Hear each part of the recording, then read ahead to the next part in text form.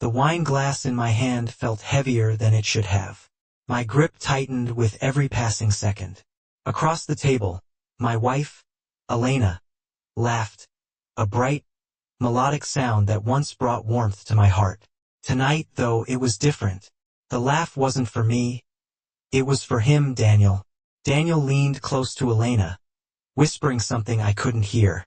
Whatever it was, it made her laugh again. Her cheeks flushed with a shade I hadn't seen in years. My stomach churned as I watched her fingers lightly graze his hand. The gesture was casual yet intimate in a way that set my nerves on edge. "I need some air," I said, pushing back my chair. My voice was calm, too calm, masking the storm brewing inside me. I stepped out onto the patio, letting the winter air slash against my face. It was freezing, but I didn't care. I needed the sting, something sharp to distract me from the suffocating weight of my thoughts. Elena and I had been married for decades. Through every challenge, every joy, I had been her constant, her partner, her supporter, the man who would have done anything for her. Yet here I was, standing outside my own home, feeling like a stranger in my marriage. My phone buzzed in my pocket, snapping me out of my spiral. I almost ignored it, but the persistent vibration forced me to look. A message from an unknown number lit up the screen. "You deserve the truth. Check Elena's glove compartment." A friend? I stared at the message, my pulse pounding in my ears. My hands shook, not from the cold, but from the weight of the words. Who had sent this? Was it some cruel joke? Or was it the answer to the question I hadn't dared to ask aloud? I slipped back inside, moving quietly so Elena and Daniel wouldn't notice. They were still at the table, leaning in close, their laughter now a low murmur. My jaw clenched as I walked past them, grabbing my coat and keys. "I'll be back in a bit," I said flatly, not waiting for a response. My heart raced as I stepped into the garage and opened Elena's car. My fingers hovered over the glove compartment, hesitation clawing at me. I took a deep breath and pulled it open. Inside, neatly folded, was a letter. I unfolded it with trembling hands, my eyes scanning the words. It was written in Elena's handwriting. A message filled with affection, longing, and plans. Plans with Daniel. A weekend getaway, detailed to the last intimate moment. My vision blurred with rage and heartbreak. I had given her everything, my love, my loyalty, my life, and this was how she repaid me. I gripped the letter tightly, the paper crumpling in my fist. This wasn't over, not by a long shot. I sat in the car for what felt like an eternity, staring at the crumpled letter in my hand. My chest heaved as I fought to control my breathing. The words on the paper replayed in my mind, each one feeling like a knife twisting deeper into my heart. It wasn't just an affair. It was premeditated. She wasn't simply betraying me. She was planning a future with him. My thoughts were a storm of anger, pain, and something I hadn't felt in years, determination. If Elena thought she could walk all over me, then she was about to learn just how wrong she was. I wasn't going to be some passive victim left in the rubble of her deceit. No, this time I was going to fight back. I tucked the letter into my pocket and returned to the house, my face a mask of indifference. Elena and Daniel didn't even notice me as I walked past the dining room. They were too wrapped up in their little world, their whispered conversations and stolen glances. It made me sick. In our bedroom, I sat on the edge of the bed, staring at the wedding photo on the nightstand. I picked it up, my thumb brushing over Elena's smiling face. How could she do this? I had loved her with every fiber of my being. I had built a life with her, sacrificed for her, trusted her, and she had thrown it all away for him. The rage inside me simmered, my mind racing with ideas. Revenge wasn't just a desire. It was a necessity, but I couldn't act on impulse. No, this had to be carefully planned, methodical. If Elena and Daniel wanted to play games, I would make sure they understood the stakes. I started by gathering information. Over the next few days, I paid closer attention to Elena's behavior. I noticed the way she checked her phone more often, her lips curving into a secretive smile as she typed. She was always careful deleting messages and hiding her tracks. but she didn't realize I was watching. Every moment of hers was under my scrutiny. It wasn't long before I found the next piece of evidence. Her phone was locked while she was in the shower. I accessed her phone and found Daniel's number saved under a fake name, Clara. My lips twisted into a bitter smile. Clever, but not clever enough. I copied the number and began building a case. I didn't just want revenge. I wanted the truth laid bare for the world to see. I wanted her to feel the humiliation and betrayal she had so casually inflicted on me, and I wanted Daniel to know that he had picked the wrong man to cross. The first step in my plan was simple: confrontation. But not with Elena. No, that would come later. First, I needed to rattle Daniel. A few nights later, I parked outside Daniel's apartment complex. My heart pounded, but my mind was sharp and focused. I had done my research. He lived alone in a modest unit on the 3rd floor. Perfect. I wasn't here to make a scene. I was here to plant the seeds of doubt and fear. I knocked on his door, calm but firm. After a few moments, the door opened, and there he stood. Daniel looked surprised, his brows furrowing as he recognized me. "Michael," he said, his voice tentative, trying to mask his unease. "What are you doing here?" I smiled, a tight, controlled expression that didn't reach my eyes. "We need to talk." He hesitated, glancing over his shoulder as if debating whether to let me in. I took a step forward, my presence alone enough to make him retreat slightly. He gestured for me to come in, and I stepped inside, shutting the door behind me. The apartment was sparse, clean, but impersonal. A few framed photos and a stack of books on a coffee table. Nothing that suggested a man deeply rooted in his life. It made sense. He was the type to drift, to take what he wanted without leaving a mark. "I'm guessing you already know why I'm here," I said, my voice steady, betraying none of the storm raging inside me. Daniel shifted uncomfortably, crossing his arms. "Look, Michael, I don't think." "Don't," I interrupted, my tone cutting. "Don't insult me by pretending you don't know. I've seen the messages. I've read the letter. I know what's going on." His face paled slightly, the bravado slipping away. "I didn't mean for this to happen," he said quickly. It just did. Elena and you," I barked, taking a step closer. He flinched, and I felt a twisted sense of satisfaction. "Do you have any idea what you've done? Do you understand the destruction you've caused?" "I never wanted to hurt you," he stammered, his voice weak. "It wasn't supposed to be like this. And yet, here we are," I said, my voice cold. I leaned in, my gaze locking onto his. "Let me make something very clear, Daniel. You may think you've won, but you haven't. Not even close. You've played your hand, and now it's my turn." His throat bobbed as he swallowed nervously, his confidence crumbling under the weight of my words. I took a step back, letting the silence hang heavy between us. "You should have thought twice before involving yourself with my wife," I continued. "But now you'll learn that some men don't take betrayal lightly." Without waiting for a response, I turned and walked out of the apartment, leaving him standing there, visibly shaken. I didn't need to say more. The real revenge was still to come, and I wanted him to stew in his fear and uncertainty. Back at home, I found Elena in the living room, scrolling through her phone. She looked up as I entered, her expression unreadable. "You've been out late," she said casually, her tone laced with faint curiosity. "Just went for a drive," I replied, keeping my voice neutral.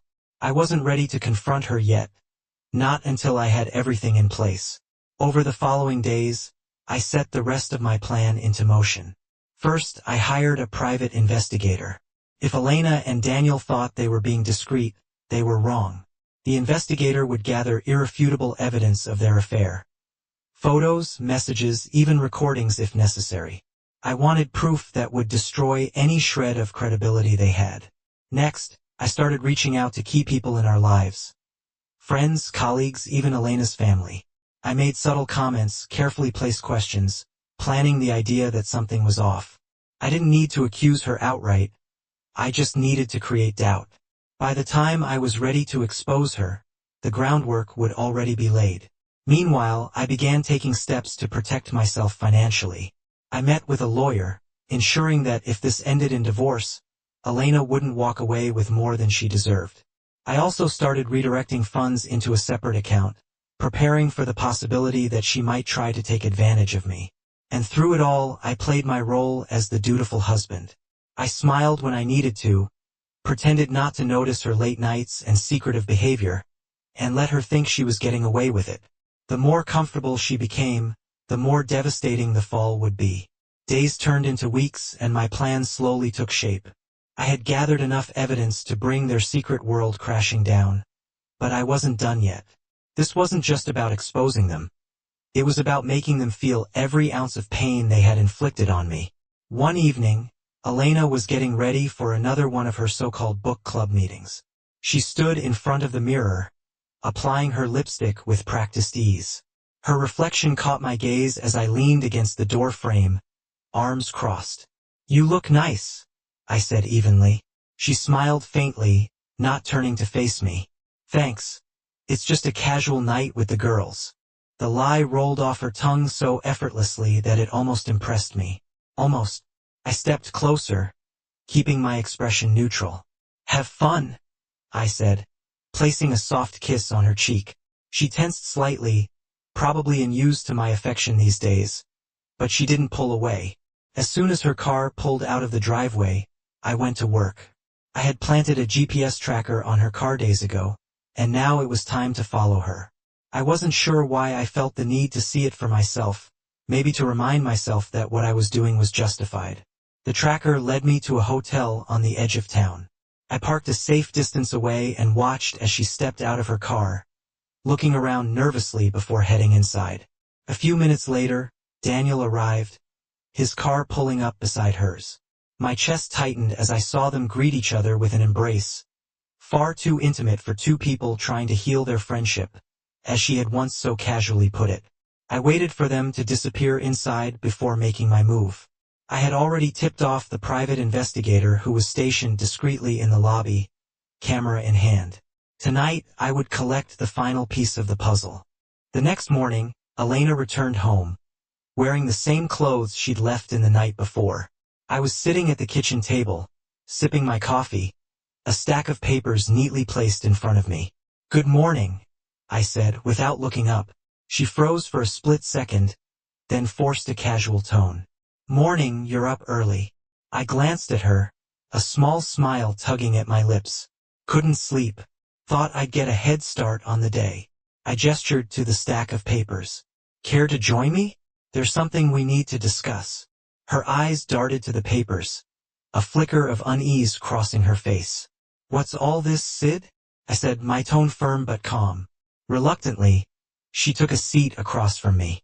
I slid the first photo across the table, her and Daniel arm in arm, entering the hotel. Her face went pale, her breath hitching. What is this?" she stammered, her voice barely above a whisper. "I think you know," I said, leaning back in my chair. "I've known for months, Elena. About you and Daniel, about the lies, the betrayal." Tears welled up in her eyes, but I didn't let them sway me. "Michael, I didn't mean to." She trailed off. "Stop." I cut her off abruptly. "Spare me the excuses. I've heard enough lies to last a lifetime." She looked down, her hands trembling, and said weakly, "It's not what you think." I laughed bitterly. "Oh, it's exactly what I think. But don't worry, I'm not here to fight with you. I'm here to tell you how this is going to go." I slid another document across the table, a draft of the divorce papers, complete with a financial settlement that left her with nothing more than what she brought into the marriage. Her eyes widened as she scanned the pages. "You can sign these now or we can take this to court," I said. "But if we go to court, I'll make sure everyone knows what you've done. Your friends, your family, everyone.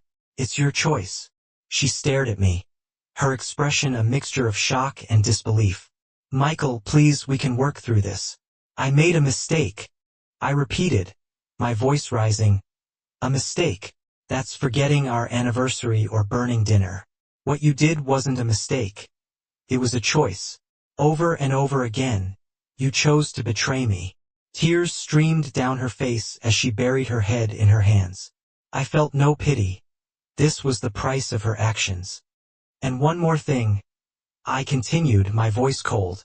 Daniel won't be there to comfort you when this is over. I've already spoken to his boss.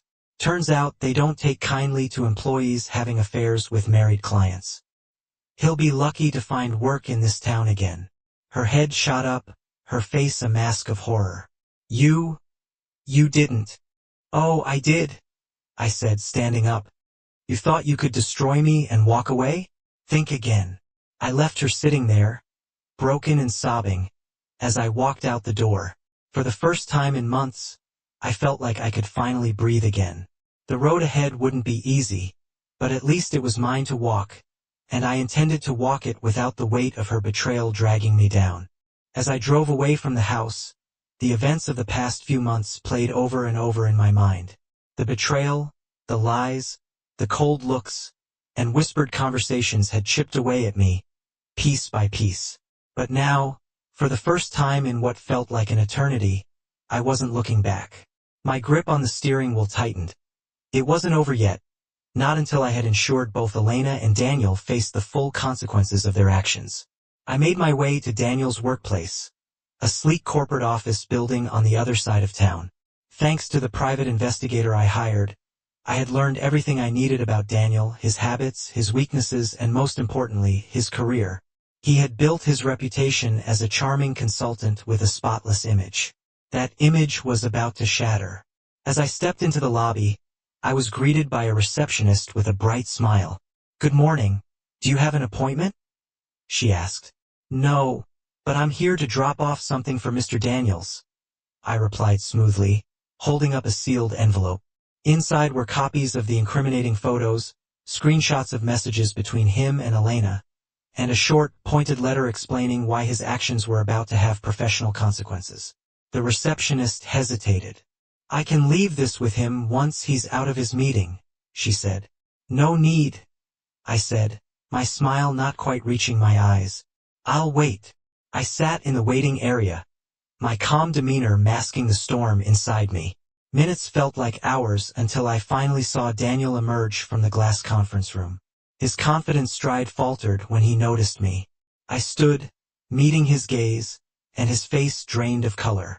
"Michael," he said, his voice low and weary as he approached me. "What are you doing here?" I handed him the envelope, my expression unreadable.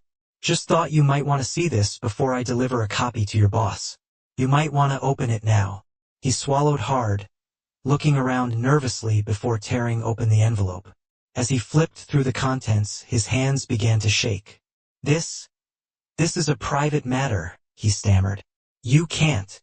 "Oh, I can," I said, my tone sharp as a blade. "And I will. You didn't just mess with my life. You jeopardized my marriage, my reputation, everything I built. Now it's your turn. Turn to face the fallout." He looked at me, desperation flickering in his eyes. "Please, Michael, don't do this. I'll walk away, I'll leave Elena alone. Just don't ruin my career." I leaned in closer, my voice a low growl. "You should have thought about that before you slept with another man's wife. This is only the beginning, Daniel." With that, I turned and walked out, leaving him standing there, clutching the envelope like a lifeline, slipping through his fingers. When I returned home later that day, the house was quiet.